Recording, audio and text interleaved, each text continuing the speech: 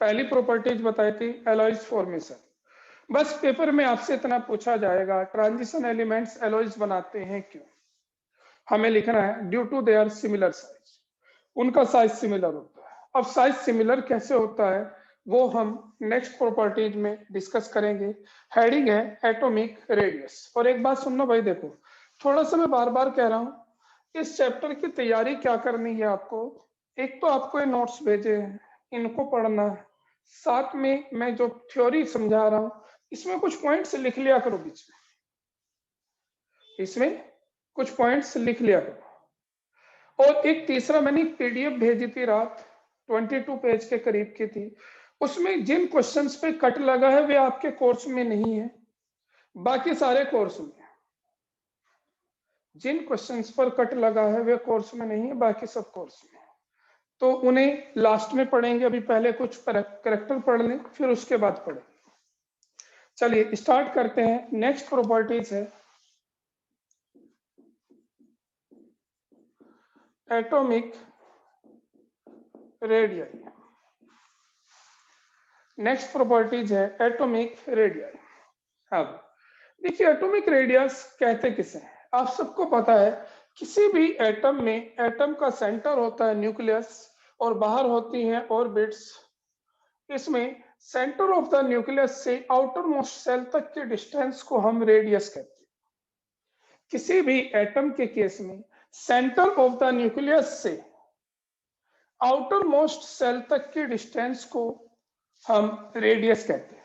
अब ये रेडियस किस पे डिपेंड करती है, ध्यान देना भाई जरूर, ये रेडियस किस किस फैक्टर पर डिपेंड करती है। जब हम एटॉमिक रेडियस की स्टडी करते हैं तो एटॉमिक रेडियस 3 फैक्टर पर डिपेंड करती है। जो फैक्टर्स हैं इसे अफेक्ट करते हैं।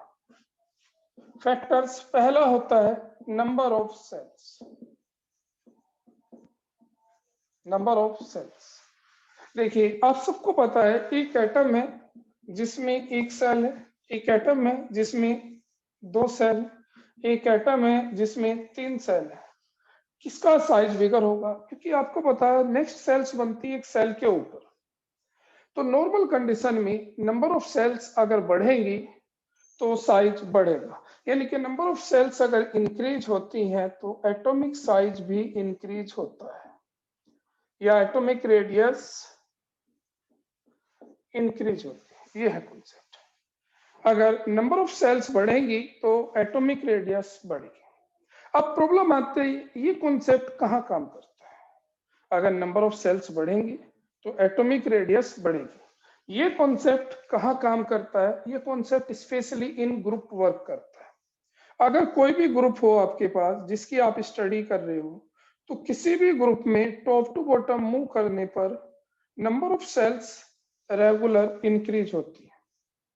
Number of shells regular increase होती है और नंबर ऑफ सेल्स अगर इंक्रीज होंगी तो उससे क्या होगा, एटॉमिक साइज बढ़ेगा। तो ये कॉन्सेप्ट जो है पहला, जो नंबर ऑफ सेल्स है ये वर्क करता है इन ग्रुप, ये ग्रुप में वर्क करता है। जब हम किसी ग्रुप की स्टडी करते हैं तब ये कॉन्सेप्ट काम करता है। अब second condition,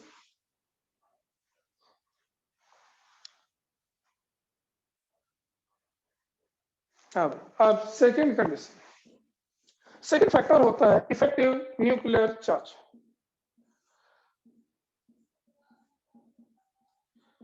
effective nuclear charge.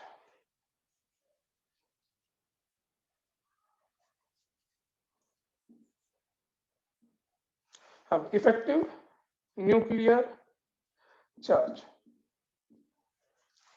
अगर हम इफेक्टिव न्यूक्लियर चार्ज की बात करें, इफेक्टिव न्यूक्लियर चार्ज ध्यान देना, इफेक्टिव न्यूक्लियर चार्ज क्या है, effective nuclear charge specially repulsion और अट्रैक्शन इन दोनों का रिजल्टेंट होता है, क्योंकि न्यूक्लियस इलेक्ट्रॉन को अट्रैक्ट करता है, इसको कहते हैं न्यूक्लियर चार्ज, और अंदर वाले इलेक्ट्रॉन इसे रिपेल करते हैं, इसे कहते हैं शील्डिंग इफेक्ट। और इन दोनों का रिजल्टेंट जो बचता है जिसकी वजह से इलेक्ट्रॉन इनवर्ट, ये कह सकते हैं इनसाइड पुलिंग हो रही है, यानी कि जिस फोर्स की वजह से इलेक्ट्रॉन न्यूक्लियस से अट्रैक्ट होते हैं उसे इफेक्टिव न्यूक्लियर चार्ज कहते हैं। ये ध्यान रखना, अगर किसी भी एटम में नंबर ऑफ सेल्स सेम होती है, मान लीजिए एक एटम है उसमें 2 सेल्स हैं, दूसरा एटम है उसमें भी 2 सेल है, तो यहाँ जो साइज होता है वो स्पेशली किस पर डिपेंड करता है? न्यूक्लियर चार्ज पर। अगर न्यूक्लियर चार्ज ज्यादा होगा, ध्यान रखना जेड ज्यादा होगा, तो इलेक्ट्रॉन को ज्यादा अट्रैक्ट करेगा तो साइज घट जाएगा, और अगर जेड कम होगा, न्यूक्लियर चार्ज कम होगा, तो वो इलेक्ट्रॉन को कम अट्रैक्ट करेगा, जिसकी वजह से क्या होगा? साइज बढ़ जाएगा। तो यानी कि इलेक्ट्रॉन पर अट्रैक्शन है, जितना ज्यादा लगेगा उतना वो न्यूक्लियस के पास आएगा, जितना ज्यादा न्यूक्लियस के पास आएगा उतना साइज घटेगा। तो हम सीधा सा इफेक्टिव न्यूक्लियर चार्ज या न्यूक्लियर चार्ज भी लिख सकते हैं, उससे कोई प्रॉब्लम नहीं। तो न्यूक्लियर चार्ज अगर बढ़ेगा तो एटॉमिक साइज घटेगा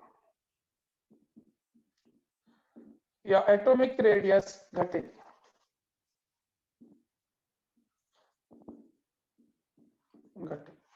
यानी कि न्यूक्लियर चार्ज बढ़ने से रेडियस घटती है। ये कॉन्सेप्ट कहाँ काम करता है? In period. इन पीरियड, जब किसी पीरियड में या सीरीज में, कल मैंने बताया था आपको कि डी ब्लॉक की 4 सीरीज है।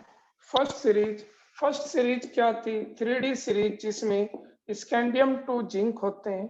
सेकंड सीरीज जिसे 4D सीरीज कहते हैं, यट्रियम टू कैडमियम होती है। तो ये सीरीज है या पीरियड भी कह सकते हो।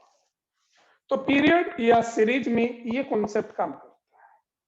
इफेक्टिव न्यूक्लियर चार्ज बढ़ता है, साइज घटता है। अब इसके बाद तीसरा फैक्टर और रेस्पॉन्सिबल है इसके साइज के, और तीसरा फैक्टर क्या होता है उसे हम समझें। तीसरा फैक्टर होता है इसमें साइज जिस पे डिपेंड करता है, वो होता है शील्डिंग इफेक्ट। तीसरा फैक्टर है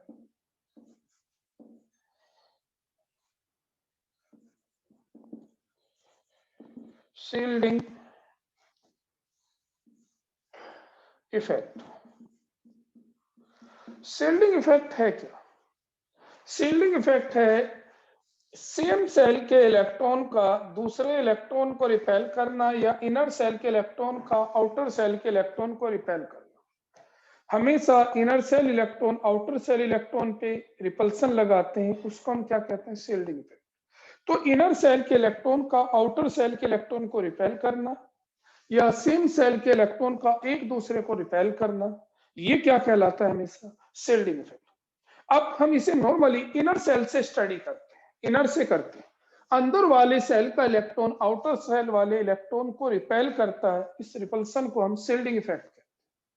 अब प्रॉब्लम आती है, जितना ज्यादा शील्डिंग इफेक्ट होगा, यानी कि अंदर से जितना ज्यादा रिपल्सन लगेगा, इलेक्ट्रॉन दूर होंगे, क्योंकि ये क्या है? ये रिपल्सन है, अंदर वाले इलेक्ट्रॉन बाहर वाले इलेक्ट्रॉन को रिपेल कर रहे हैं। तो जितना ज्यादा अंदर से रिपल्सन लगेगा, क्या होगा? उतने इलेक्ट्रॉन बाहर वाले दूर होंगे, डिस्टेंस बढ़ेगी, डिस्टेंस बढ़ेगी तो साइज बढ़ेगा। यानी कि शील्डिंग इफेक्ट अगर बढ़ेगा तो एटॉमिक साइज या एटॉमिक रेडियस बढ़ेगा। ये आपको ध्यान। अगर शील्डिंग इफेक्ट बढ़ेगा तो एटॉमिक रेडियस भी बढ़ेगी, ये हमें याद। अब शील्डिंग इफेक्ट का ऑर्डर होता है, वो ध्यान रखना। शील्डिंग इफेक्ट का क्या ऑर्डर है? Order of shielding power. इसमें आपको याद रखना है, सबसे ज्यादा एस, फिर पी, फिर डी, फिर एफ। एफ का शील्डिंग इफेक्ट सबसे कम है, एफ का शील्डिंग इफेक्ट सबसे कम है, डी का उससे ज्यादा है, पी का उससे ज्यादा है, और एस का सबसे ज्यादा है। यानी कि अगर अंदर वाली सेल में, इनर सेल में एफ इलेक्ट्रॉन हो तो वे सबसे कम रिपेल करते हैं, और वे कम रिपेल करते हैं तो इसका मतलब न्यूक्लियस बाहर वाले इलेक्ट्रॉन को ज्यादा अट्रैक्ट करता है, और जिससे साइज घट जाता है। तो ये ध्यान रखना, शील्डिंग इफेक्ट सबसे ज्यादा एस का है, सबसे कम एफ का है। ये 3 फैक्टर हैं जिन पर साइज डिपेंड करता है, ये हमें याद रखना। ये अपनी नॉलेज के लिए नोट कर सकते हैं कि किसका क्या, कौन सा कहाँ काम करता है। जैसे आपको बताया, ये कहाँ काम करता है? इन ग्रुप्स, नंबर ऑफ सेल्स। ये कहाँ काम करता है, इन पीरियड या सीरीज। ये कहाँ काम करता है, इनर सेल के इलेक्ट्रॉन्स पर। इनर सेल में इलेक्ट्रॉन्स कहाँ, इनर सेल में इलेक्ट्रॉन्स कहाँ है, ये उस पर डिपेंड करता है। हाँ हर्षित। सर सेकंड पॉइंट समझा दो सर। थर्ड में तो आपने बताया जितना अंदर से शील्डिंग इफेक्ट बढ़ेगा बाहर वाले इलेक्ट्रॉन्स दूर हो जाएंगे, इसलिए एटॉमिक रेडियस अब बढ़ेगा सुनो, सर। अब मेरी 1 मिनट बात समझना। जो यस सेकंड सर। पॉइंट है वो ध्यान देना, पहले म्यूट मत होना। ये यस सर। बताइए, ये नंबर ऑफ सेल सेम है। सेल सेम का मतलब है एक में 2 है, दूसरे में भी 2 है। अब यस सर। इनका साइज डिपेंड करता है न्यूक्लियर चार्ज पर, जेड पर।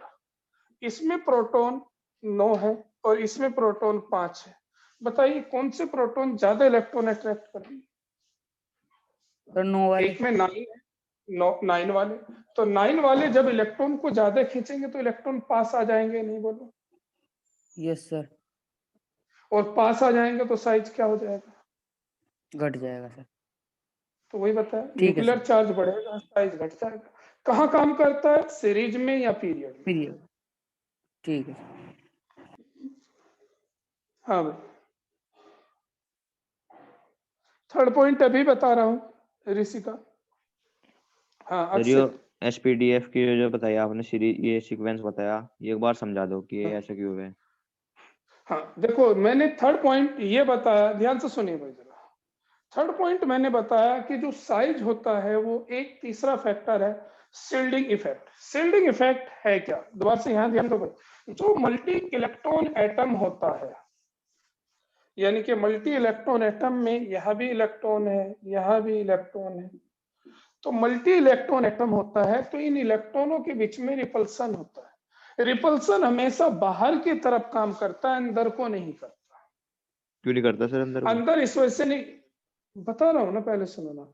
अंदर है न्यूक्लियस। एक बात बताइए जरा, ये न्यूक्लियस है सेंटर में। इस न्यूक्लियस को पहली सेल में 2 इलेक्ट्रॉन लाने हैं, तो वो मैक्सिमम अट्रैक्शन लगा के लाएगा, नहीं बोलो। जी सर। तो मैक्सिमम अट्रैक्शन से मान के चलिए कि इस जगह 2 इलेक्ट्रॉन आ गए, इस जगह इस एरिया में, तो वे न्यूक्लियस के ऊपर आ चुके इलेक्ट्रॉन 2। ध्यान देना अब जरा, वे दोनों इलेक्ट्रॉन न्यूक्लियस ने पावर लगाई, क्योंकि अभी तो वहां रिपल्सन है ही नहीं, और वे दोनों के दोनों पहली सेल में आ गए। तो वो कहां तक लाएगा, जहां तक मैक्सिमम अट्रैक्शन, यानी कि अपने बिल्कुल ऊपर ले आएगा। यह बात समझ में आ गई? जी सर। अब मान लीजिए, अब दूसरी सेल शुरू होती, इनके इलेक्ट्रॉन आते हैं, तो ये अंदर वाले इलेक्ट्रॉन बाहर वालों को तो रिपेल कर सकते हैं, बाहर वाले अंदर वालों को नहीं कर सकते, क्योंकि अंदर वाले तो जितना मैक्सिमम जा सकते थे वो पहुंच चुके ना, उससे अंदर तो नहीं जाएंगे ना, न्यूक्लियस में इलेक्ट्रॉन जा नहीं सकते। ठीक है सर। तो सर जो पहली सेल वाले हैं वे तो जान सकते हैं, पर जो दूसरी सेल है और तीसरी सेल नहीं, वाले दूसरे वाले भी नहीं जा सकते। नहीं, एक बात, दूसरे वालों को इन्होंने जितना अट्रैक्ट करना था कर चुका ना न्यूक्लियस, इससे ज्यादा नहीं कर सकता ना। अच्छा सर। अब ये बाहर आने वाले, देखो एक बात समझिए, मान लीजिए कहीं कोई पर्सन बैठा है, कोई मेन पर्सन बैठा है, उसके बराबर में सब आते हैं। उसने जो पहले बैठे थे उन्हें कह दिया आ जाओ मेरे पास, तो वो जितने पास आने थे आगे। अब जो दूसरा आएगा उस पर ही तो डिसाइड करेगा वो, कि दूसरे वालों को वो कहां बैठने देंगे जो पहले बैठे। जी सर। या बाहर से आने वाले डिसाइड करेंगे कि मुझे कहां बैठना है।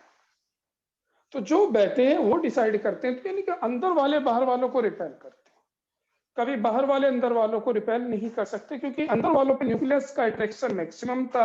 जो उनकी प्लेस न्यूक्लियस कर सकता है वहां तक उसे खींच लेता है, अब उससे ज्यादा अंदर नहीं आते।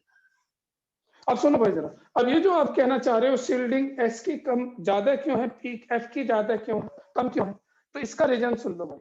तो अभी मैं यही कह रहा था आपसे, पहले शील्डिंग दोबारा से सुनो। इनर सेल के इलेक्ट्रॉन जब आउटर सेल के इलेक्ट्रॉन को रिपेल करते हैं, इस रिपल्सन को शील्डिंग कहते हैं नॉर्मली।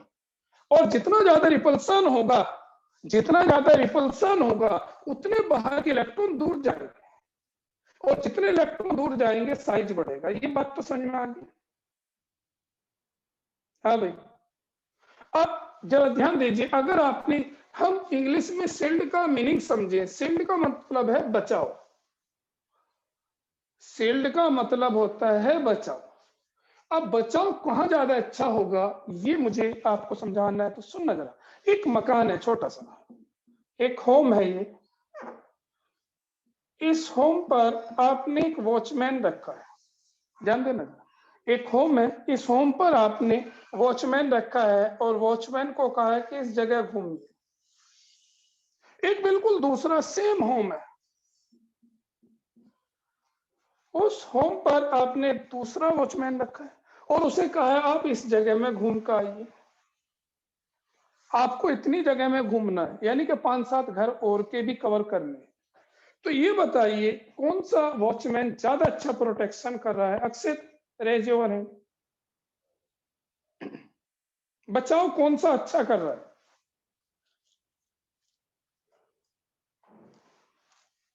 बोलो। हाँ सर अक्षित, जिसे कम जगह मिल रही। जो कम जगह में घूम रहा है वो अच्छा प्रोटेक्शन कर रहा है। जी सर। किससे कर रहा है? बड़े दूसरे वाले से। आने वाले पर्सनों से नहीं, दूसरे आने वाले पर्सनों से। जी सर। तो यानी कि कंडीशन ये है, जो कम एरिया में घूमता है वो बचाव अच्छा करता है दूसरे को पास आने से। किसके? मकान के। ये बात समझ में? अब इस मकान की जगह से न्यूक्लियस मान लीजिए, इसे न्यूक्लियस मान लीजिए। इसके पास इलेक्ट्रॉन आते हैं, एक इलेक्ट्रॉन यहां घूम रहा है, एक बाहर से आ रहा है। तो कौन सा इलेक्ट्रॉन ज्यादा अच्छा प्रोटेक्शन करेगा? ये जो इतने बड़े एरिया में घूम रहा है इस मकान को, यानी कि न्यूक्लियस को अच्छा प्रोटेक्ट करेगा, या ये छोटा वाला करेगा? छोटे वाला करेगा सर। इसका मतलब हमें ये समझ में आया, अगर कभी भी इलेक्ट्रॉन छोटे एरिया में घूमता है तो न्यूक्लियस को ज्यादा प्रोटेक्ट करता है बाहर आने वाले इलेक्ट्रॉन से, यानी कि बाहर वाले इलेक्ट्रॉन को ज्यादा रिपेल कर सकता है। ये तो कहेंगे। जी सर। ठीक है। अब एस ऑर्बिटल होता है छोटा और एफ ऑर्बिटल होता है बहुत बिगर। अब बताओ, एक जगह, एक तो इसमें इलेक्ट्रॉन घूम रहा है, किस एरिया में घूम रहा है? न्यूक्लियस दोनों के सेंटर में। तो बताइए कहाँ न्यूक्लियस अच्छा बच रहा है? एस वाले में ये सर। एफ है, ये एस में। तो ये मैंने बताया एस का शील्डिंग इफेक्ट सबसे ज्यादा है। ठीक है सर। ठीक है। अगर अंदर के सेल में एस इलेक्ट्रॉन होंगे तो वो न्यूक्लियस को ज्यादा प्रोटेक्ट करते हैं, और अगर डी इलेक्ट्रॉन होंगे, वो एफ इलेक्ट्रॉन होंगे तो कम प्रोटेक्ट करते हैं। ये हमें याद रखना है। बोले किसी बच्चे को कोई डाउट लगा हो भाई इसमें? करो अब एटॉमिक रेडियस। आप कंफ्यूज मत हो ना, देखो इन्हीं पॉइंट्स को मैं डिस्कस करूंगा, और इंपॉर्टेंट प्रॉब्लम में एक प्रॉब्लम आएगी यहां से आ सकती है, ध्यान रखना। करें start atomic sir radius. Shielding effect आपने ये तो बताया कि दो हमारी शेल्स होंगी उनके बीच में हमारा रिपल्सन लगेगा। अंदर का बाहर वालों पे, बाहर का अंदर पे हाँ नहीं तो होता सर ना। इसमें ये प्रोटेक्शन वाली बात कहाँ से आ गई सर? प्रोटेक्शन ही तो होगी, न्यूक्लियस के पास आने से रोक रहा है दूसरे इलेक्ट्रॉनों को। अच्छा सर। देखो एक बात, भाई ये न्यूक्लियस है, इसका काम है इलेक्ट्रॉन को खींचना। ये इसने खींच जी लिया, ये सर। यहाँ रुक गया। अब ये दूसरे को खींच रहा है, तो ये इसके पास आना चाह रहा है, लेकिन ये बीच अच्छा वाला सर। इसे आने नहीं देगा। ठीक है सर। तो उसे आने से रोकना, यानी कि धकेलना, पुशिंग कह रहे हैं, और कुछ नहीं। अब सुनो भाई जरा, एटॉमिक रेडियस बहुत ध्यान से समझना। देखो मैं फिर कह रहा हूं, हर और सर जो कैरेक्टर्स को ये समझना है।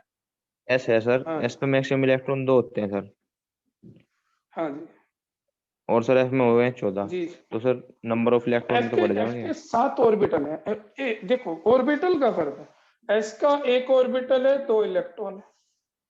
G D sir. के 5 ऑर्बिटल है, 5 ऑर्बिटल है, एक ऑर्बिटल में 2 ही है। अब जो दूसरा बनाओगे इस पे, उसमें फिर 2 आएंगे, तो होंगे 2 ही ऑर्बिटल में, चाहे वो कोई से। हाँ ये कह सकते हो, अगर डी में बहुत ज्यादा इलेक्ट्रॉन हो जाए या एफ में बहुत ज्यादा, थोड़ा सा शील्डिंग बढ़ जाता है, नंबर ऑफ इलेक्ट्रॉन ज्यादा होने से बढ़ जाता है। ये है, तो इसी जैसे आप कॉन्सेप्ट ये का बता यूज रहे भी थे होगा। कि यहाँ पे चौकीदार खड़े, 2 हमने खड़े कर दिए तो वो प्रोटेक्ट करेंगे, तो सर वहां पे भी तो 14 हो गए ना, वे सब बांट लेंगे अपना अपना। तो 14 अलग अलग एरिया में हो गया ना, ऑर्बिटल अलग अलग है सब। कंपैरिजन तो एक एक ऑर्बिटल में होगा ना। अच्छा सर। एक 2 s में खड़े हुए हैं और एक f ऑर्बिटल में खड़े, और f का एक ऑर्बिटल, फिर कंपेयर चलेगा। वो बात अलग है कि आपने सुना है कि भाई 10-12 तो कमजोर भी पावरफुल हो जाते हैं, वो जी कॉन्सेप्ट सर। भी आएगा इसमें। जब ज्यादा नंबर्स हो जाएंगे तब थोड़ा सा शील्डिंग बढ़ जाएगा, थोड़ा सा बढ़ेगा, बिल्कुल नहीं एग्जैक्ट बढ़ेगा। ठीक है सर।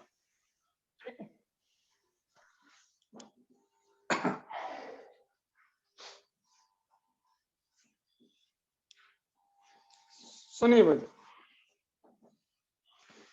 अब मैं बात कर रहा था एटॉमिक साइज, यहाँ ध्यान देना भाई पूरा। और जैसे मैं आपसे कहूँ कहीं कुछ लिखना चाहो शॉर्ट करके तो इन शॉर्ट लिख भी सकते हो, अगर कहीं कुछ शॉर्ट में लिखना चाहो तो लिख भी सकते हो, तो लिख भी लिया करो। क्या है जरा ध्यान दीजिए।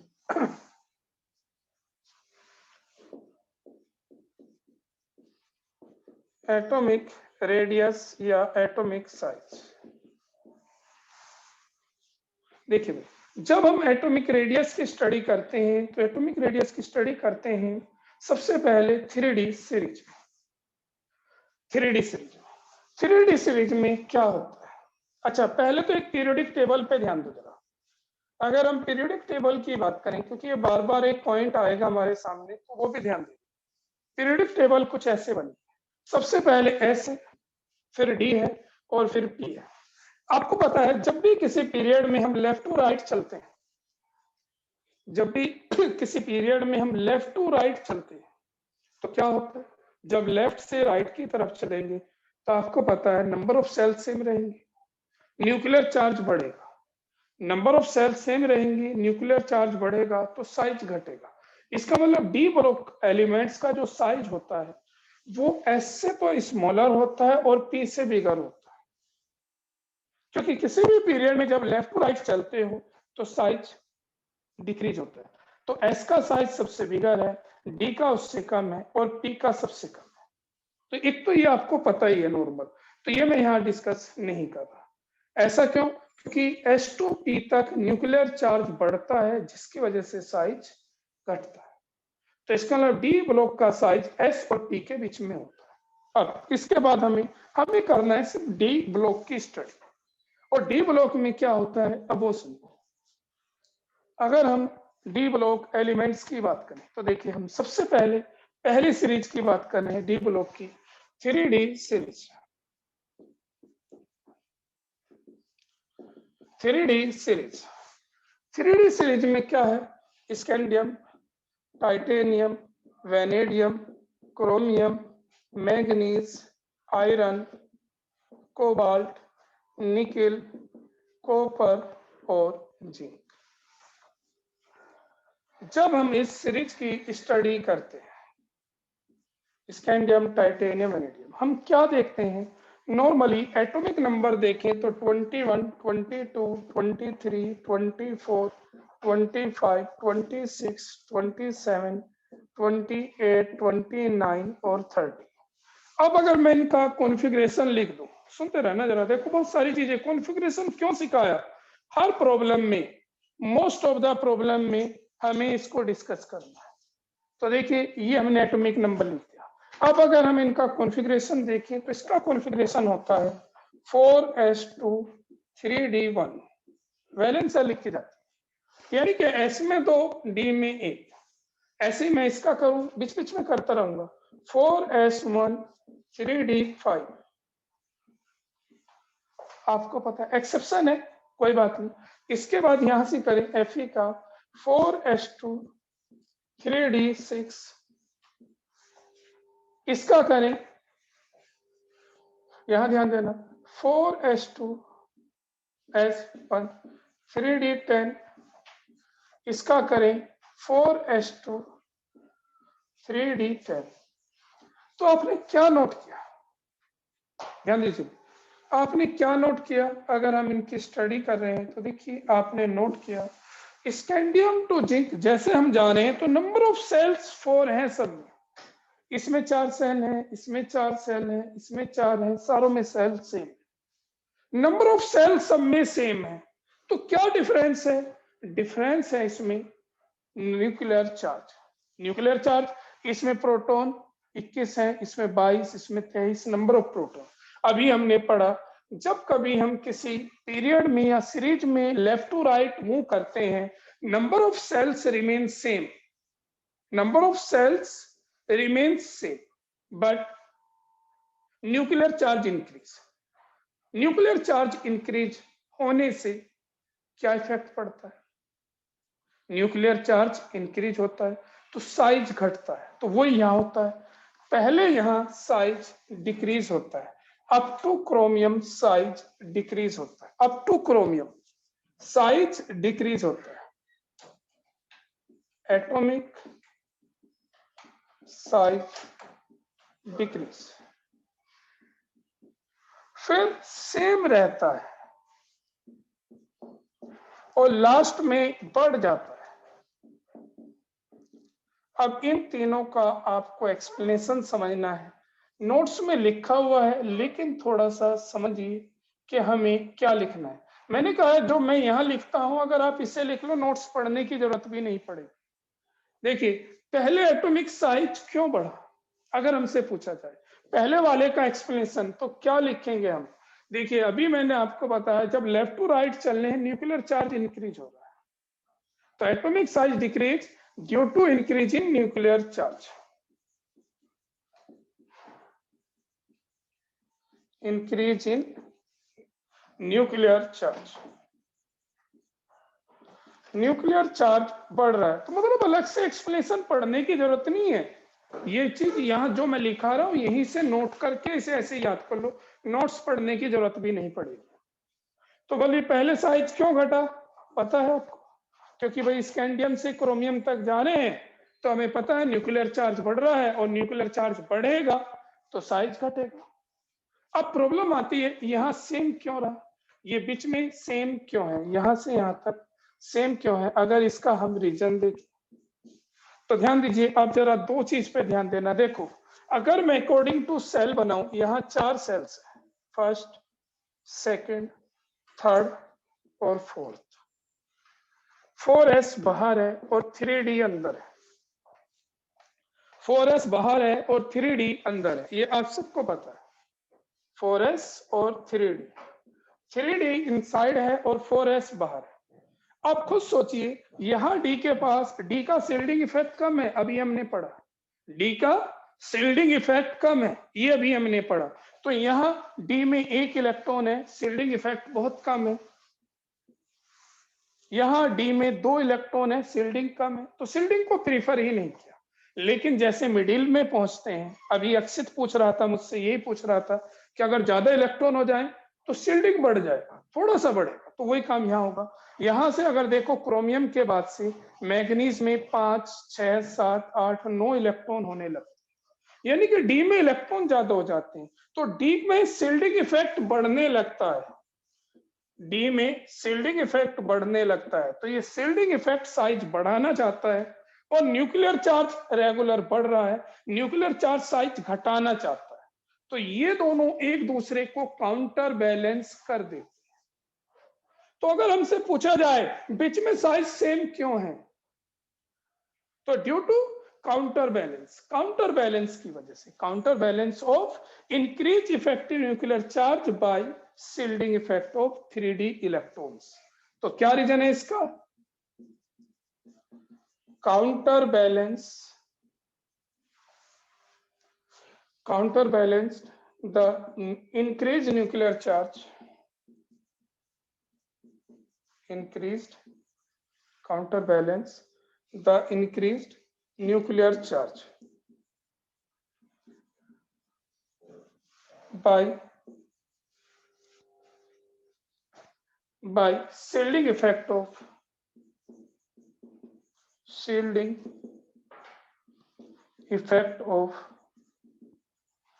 by shielding effect of 3d electrons. देखो यहां क्या हुआ, यहां शिल्डिंग इफेक्ट, क्योंकि डी में इलेक्ट्रॉन बढ़ चुके, भाई डी में यहां से देखे तो 5 से ज्यादा इलेक्ट्रॉन शुरू हो गए, और डी में जब इलेक्ट्रॉन ज्यादा हो गया तो थोड़ा सा शिल्डिंग बढ़ा, तो शिल्डिंग क्या कर रहा है, साइज बढ़ा रहा है। और न्यूक्लियर चार्ज घटा रहा है, दोनों ने बैलेंस कर दिया एक दूसरे को, तो ना साइज बढ़ा ना घटा, इनका साइज सिमिलर सा होता है। लास्ट में साइज क्यों बढ़ गया, तो जरा ध्यान दीजिए, अंदर वाले को देखिए D10 डी में ज्यादा इलेक्ट्रॉन होगी, अब शील्डिंग डोमिनेट कर जाता है, शील्डिंग मोर पावरफुल होता है due to more shielding of 3D electrons. यहां मोर शील्डिंग की वजह से, यहां क्या लिखेंगे, due to more shielding, more shielding effect of, फिर साइज बढ़ जाता है due to more shielding effect of, due to more shielding effect of 3D electrons. अब चाहे तो इसके लिए नोट्स पढ़ लो, वरना आंसर आपके सामने है। कहीं किसी बच्चे को कोई डाउट लगा हो, पूछ लीजिए। 3 प्रॉब्लम के मैंने आपको आंसर कराए, और चौथी प्रॉब्लम जो कल कराई थी, कल समझाया था मैंने, क्या समझाया था, कल मैंने बताया था ट्रांजिशन एलिमेंट्स एलॉयज बनाते हैं, क्यों बनाते हैं, उनका साइज सिमिलर सा होता है। तो देखिए आपके सामने पहले साइज थोड़ा सा घट रहा है और फिर सेम ही है सब, तो साइज सेम है, एक दूसरे के क्रिस्टल में एंटर कर जाते हैं, आराम से एलॉयज बना देते हैं। बोलो भाई, किसी बच्चे को लिखना चाहता हो कोई बच्चा तो लिख लीजिए, क्योंकि नोट्स में यही चीजें हैं, बस वो थोड़ा रैंडम मतलब आगे पीछे, यहां बिल्कुल प्रॉपर आपके सामने जैसे बना है। कहीं कोई डाउट लगता हो पूछिए, क्योंकि अब मैं नेक्स्ट पॉइंट इसका डिस्कस कर रहा हूं, साइज कंप्लीट हो जाएगा, बस एक पॉइंट हो रहा है बस इसका।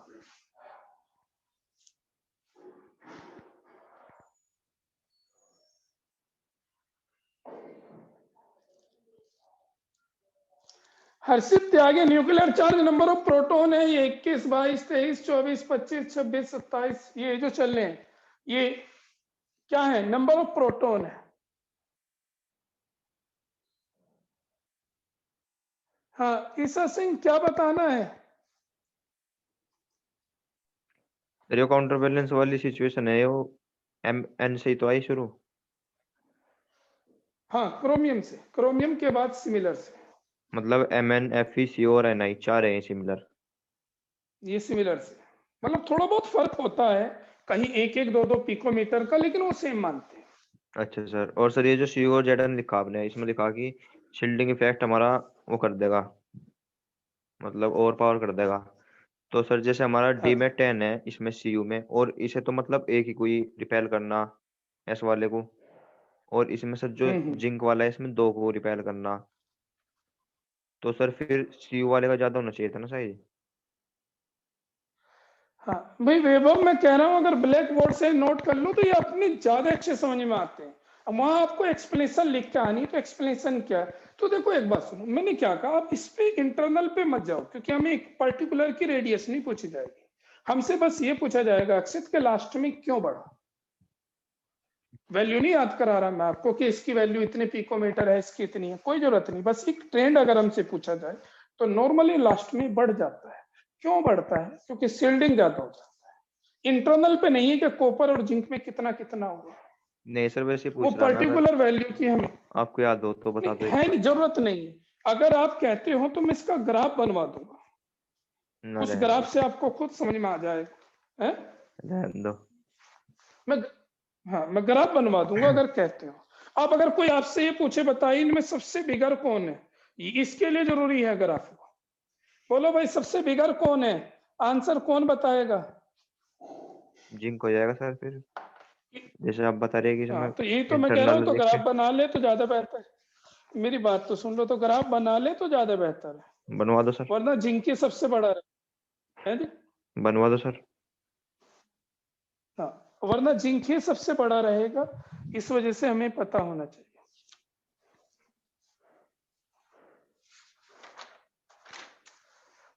कर लिया भैया नोट, तो मैं ऊपर ग्राफ बना दूं, 1 मिनट जरा ध्यान से लिख लेना उसे अगर बनाना चाहते हो। अगर हम एटॉमिक रेडियाई और मेटल के बीच में एक ग्राफ बनाए, यहां एटॉमिक रेडियस ले लें, रेडियाई, और यहाँ जेड भी ले सकते हो, एटॉमिक नंबर भी ले सकते हो, या मेटल लिख सकते हो, ट्रांजिशन मेटल्स। क्या होता है सुनिए भैया, अगर हम एटॉमिक रेडियस और ट्रांजिशन मेटल के बीच में ग्राफ प्लॉट करें तो ध्यान दीजिए सबसे बिगर साइज स्कैंडियम का होता है, स्कैंडियम। फिर उससे साइज देखो स्कैंडियम से छोटा है। अब मैं थोड़ा सा वैसे वैल्यू के हिसाब से ना लिखकर,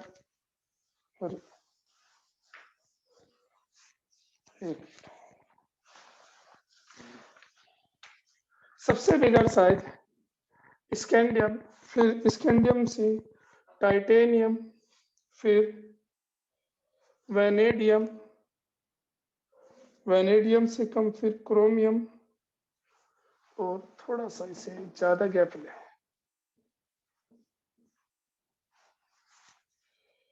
टाइटेनियम, टाइटेनियम से फिर वैनेडियम, वैनेडियम से कम फिर क्रोमियम, साइज घटता जा रहा है। फिर इसके बाद क्रोमियम के बाद मैग्नीज, Fe, Mn, Fe, दोनों सेम है। फिर उसके बाद कोबाल्ट स्लाइटली यही है, CO, कोबाल्ट सेम सा है। फिर निकेल, कॉपर, निकेल, कॉपर, और फिर जिंक, ये होता है।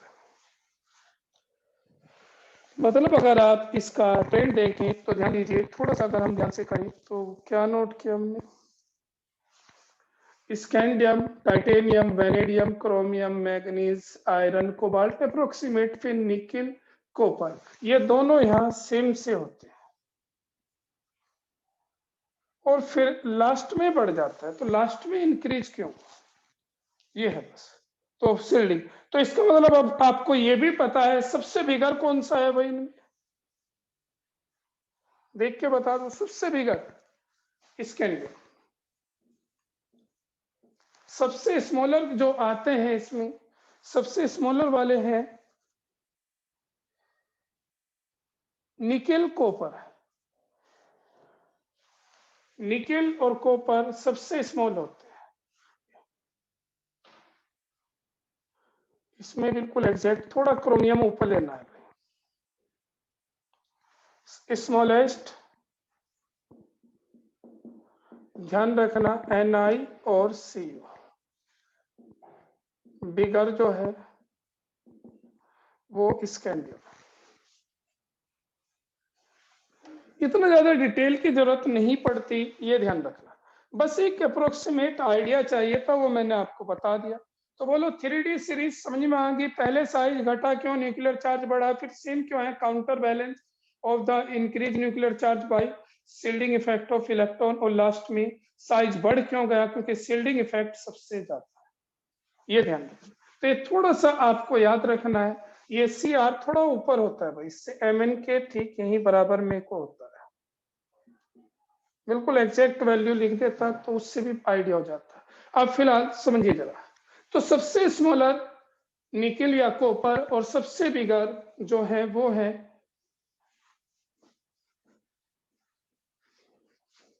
एक एक दो यूनिट का सब में डिफरेंस होता है, सिर्फ एक ये ध्यान रखना भाई, इस वजह से हम पर्टिकुलर रेडियस नहीं लिख रहे। आप सुन लीजिए भाई, अभी हमने पढ़ा 3D सीरीज, 3D सीरीज ये थी फर्स्ट सीरीज, स्कैंडियम, यट्रियम और scandium, titanium, vanadium to zinc. अब आती है 4D सीरीज, 4D सीरीज ये है यट्रियम, Zr, और लास्ट में ऐसे ही। फिर इसको कहते हैं फर्स्ट सीरीज, इसको कहते हैं सेकंड सीरीज। फिर आती है थर्ड सीरीज जिसे हम कहते हैं 5D series. 5D series, 5D series में क्या है, लेंथेनम और HF, और फिर आगे कंडीशन है। फिर आती है फोर्थ, इसे 6D सीरीज कहते हैं। 6D सीरीज में क्या है, एक्टिनियम और रदरफोर्डियम। इनके एटॉमिक नंबर 21, 22, इसका 39, इसका 40 और इसका 57 और इसका 72 और इसका 89, इसका 104। अब जरा ध्यान देना। अब हमसे यहाँ क्या प्रॉब्लम पूछी जा सकती है, सुनिए भाई जरा।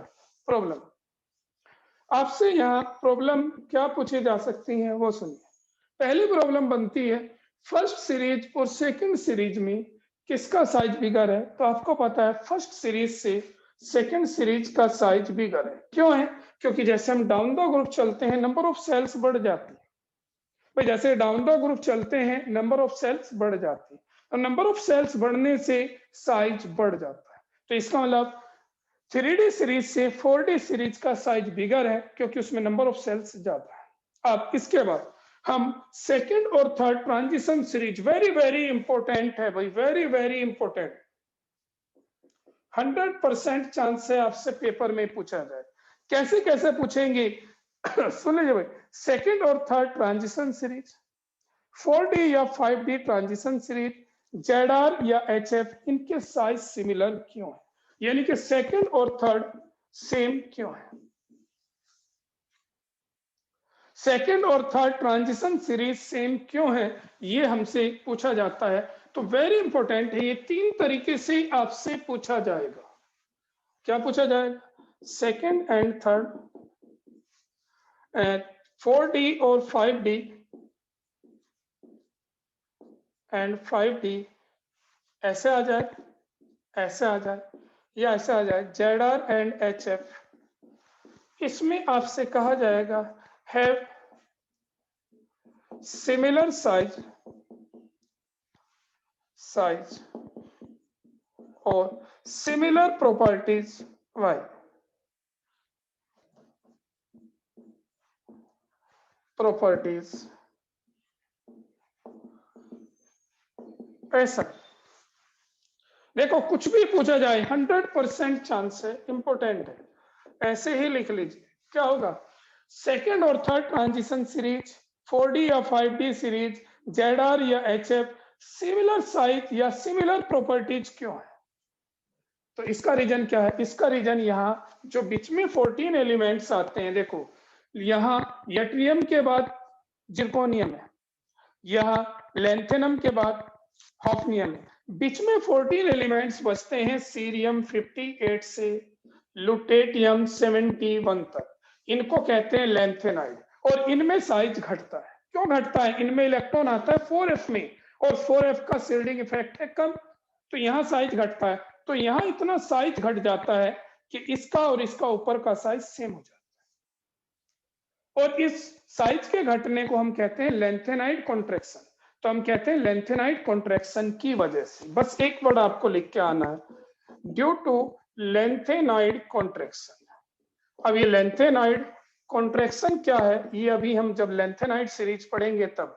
ड्यू टू लेंथेनाइड कॉन्ट्रैक्शन, बस ये इसका आंसर है, वेरी इंपॉर्टेंट प्रॉब्लम है। और यहाँ साइज कंप्लीट हो गया।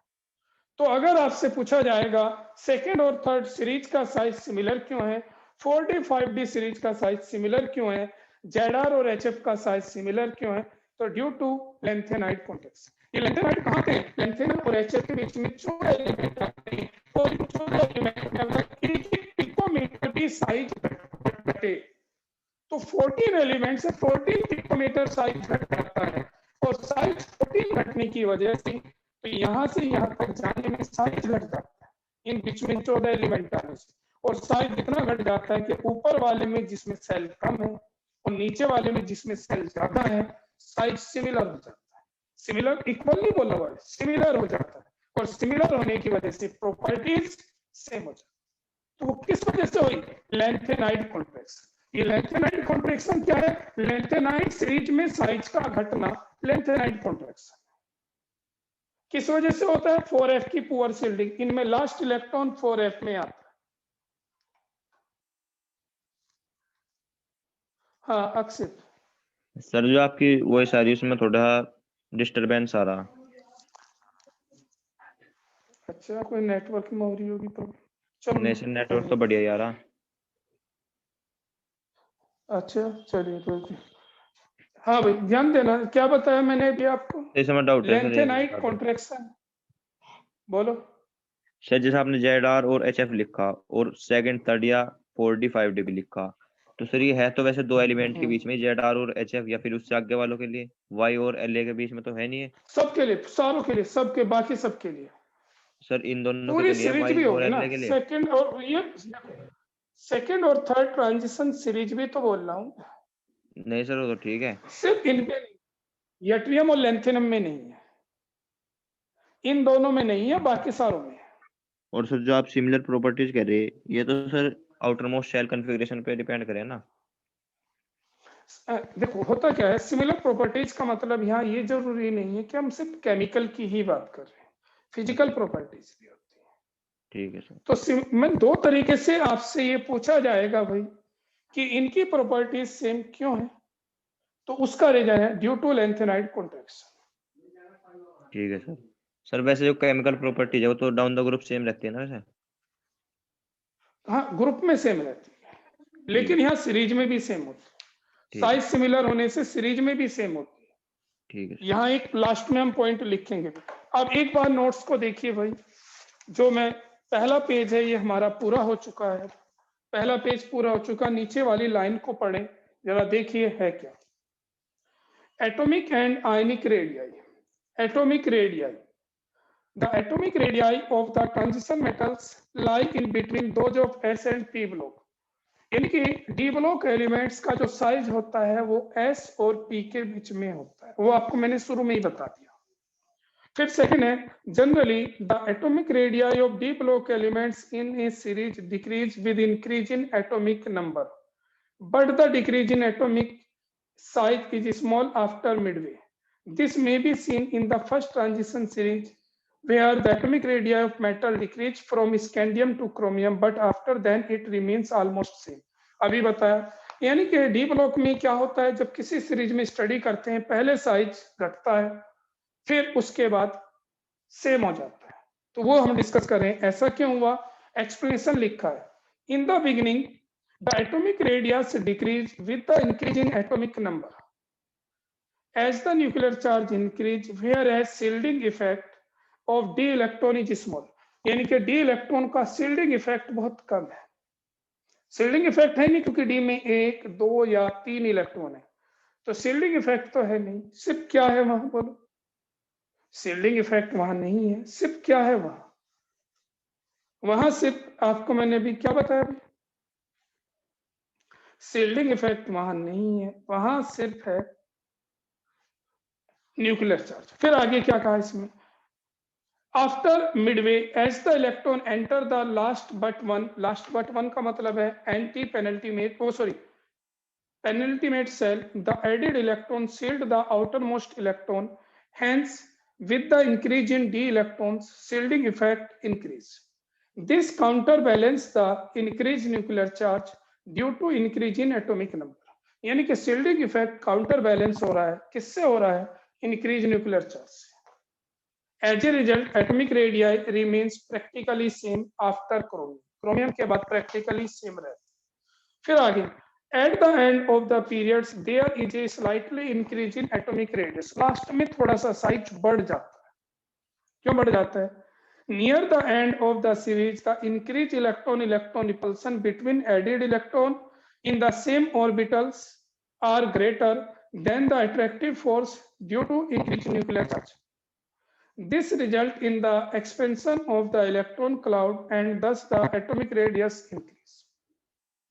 फिर है इसके, the atomic radii increase down the group, this means that atomic radius of second series are larger than those of the first transition series. Second series के first से ज्यादा है क्योंकि नंबर ऑफ सेल्स ज्यादा है, आंसर आपको पता है, since in the atom of the second transition series the number of shells increase, their atomic radius are larger than those of the element of first transition. फिर इसके बाद, but the atomic radii of the second and third transition series are almost same due to lengthenite, जो पता है second और third का size similar है lengthenite contraction की वजह से। फिर इसके बाद है नीचे ionic radius, ionic radius same trend follow करेगी, कुछ अलग नहीं। तो आयनिक रेडियस पढ़ लें, The trend followed by the ionic radius is same as that followed by atomic radius. जो atomic radius का trend है वो ही ionic का है. अब आगे देखें. Ionic radii of transition metals have different in different oxidation state. आपने पढ़ा है अगर एक एटम एक इलेक्ट्रॉन लॉस करेगा तो उसका साइज अलग होगा, 2 लॉस करेगा अलग होगा, 3 करेगा तो अलग होगा. यानी कि नंबर ऑफ इलेक्ट्रॉन जितने लॉस करेगा उसके अकॉर्डिंग साइज आएगा. अब इसके बाद the ionic radii decrease with increase in oxidation state. Ionic radii decrease with increase in oxidation state. जितना ज्यादा चार्ज आता है उतना साइज घटता है. Ionic radius of M3 positive cation are smaller than those of M2 positive cation. M3 से M2 का size छोटा है, ये आपको पता है.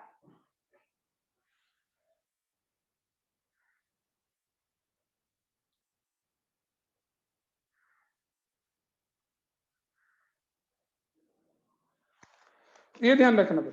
तो ये 2 प्रॉपर्टीज आप पढ़ लीजिए. आप मेटेलिक कैरेक्टर ये मंडे डिस्कस करेंगे. और सुनो भाई, कल टेस्ट है, पूरी ऑर्गेनिक है और बायोमोलिक्यूल्स है. पूरी ऑर्गेनिक है, बायोमोलिक्यूल्स है, ध्यान से करना. थोड़ा सा ऑर्गेनिक रेगुलर टेस्ट चलते रहेंगे. ऑनलाइन टेस्ट है, टेस्ट टाइम 8 बजे है. ऑनलाइन टेस्ट है, ऑफलाइन नहीं है.